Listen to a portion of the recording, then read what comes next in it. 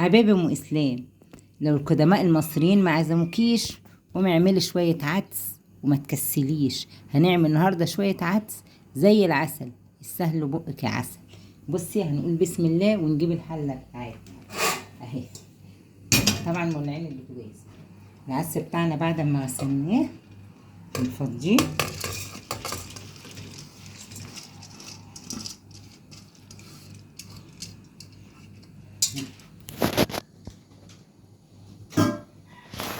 بصي بقى هتجيبي ايه؟ هتجيبي كوسايه، قرن فلفل، جزرتين، بطاطسايه، 3 بصلات، طماطمتين، 4 5 فصوص ثوم. وتعالي ورايا. بصي بقى اسمعي الحكايه دي كوسايه. بس انا ايه لما باجي اعمل محشي ولا حاجه بيفيد اي خضار بحطه في الفريزر، بس انا عشان مجمده مش عارفه اقطعها، المهم احطها زي ما هي. والفلفل برضو عادي مفيش مشكله. وادي البصل هنحط البصل بقى اهو، كده كده هيتضرب في الخلاط. بصل اهو. وادي الطماطم اهي. وادي ايه البطاطسايه اللي بتخلي العدس حكايه. بصي اهو. اي خضار ولادك مش بيحبوه حطيه في العدس مش هياخدوا بالهم، كده كده اصلا ايه كله هيتضرب في الكبه. وادي الثوم. تمام. انا هعلي البوتاجاز بقى. ولو عندك بقى شويه شوربه فراخ يا سلام، بسم الله. تاكلي شويه عدس عمرك ما هتاكليهم في حياتك لو عندك بس شويه شوربه.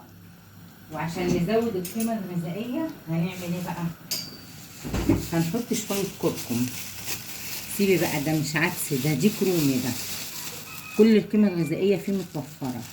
وبرده شويه كركم علشان المناعه، وكمان عشان ايه يبقى جميل كده ولونه مصفر حلو. هنسيبه بقى يستوي مع نفسه كده وياخد ويدي بشكل ودي، وبعدين نرجع نقول هنعمل ايه. بعد ما كل حاجه استوت كده، كل حاجه استوت بقت جميله كده، هنضربها في الكبه وهوريكم هنعمل ايه. الحله بتاعتنا بسم الله. معلقه سمنه كده حلوه. خليك هنا تبص على ايه مش داخله المعلقه. بسم الله. اهي معلقه سمنه، معلقه سمنه بنت نيس.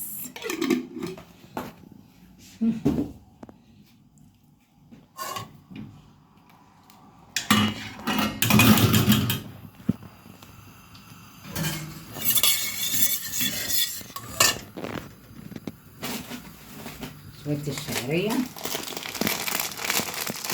الشعريه تخلي حياتك هنيه. حلوين كده.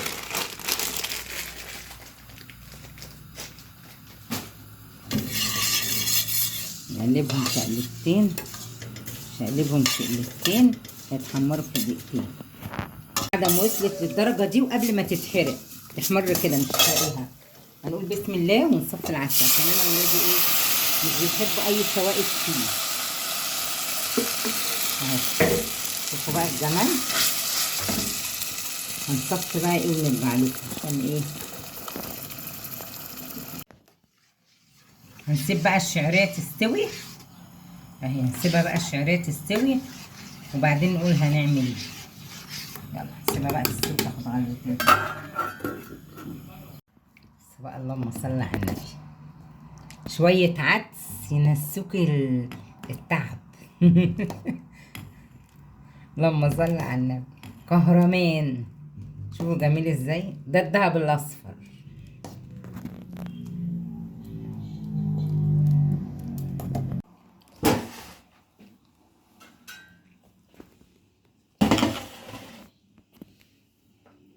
احنا بنحب ناكله بالعيش لان هو بشعريه، مش بنحب فتة العدس. وادي بقى البصل والفلفل بقى الجمال بقى شوف، وشويه زيتون. بس انا لما ارص الطبلية عشان يبقى شكلها حلو.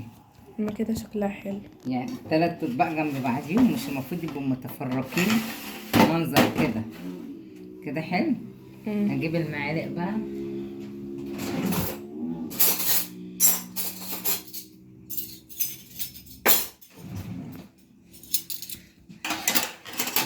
الحمد لله الذي أطعمنا وسقانا من غير حول منا ولا قوة وجعلنا مسلمين.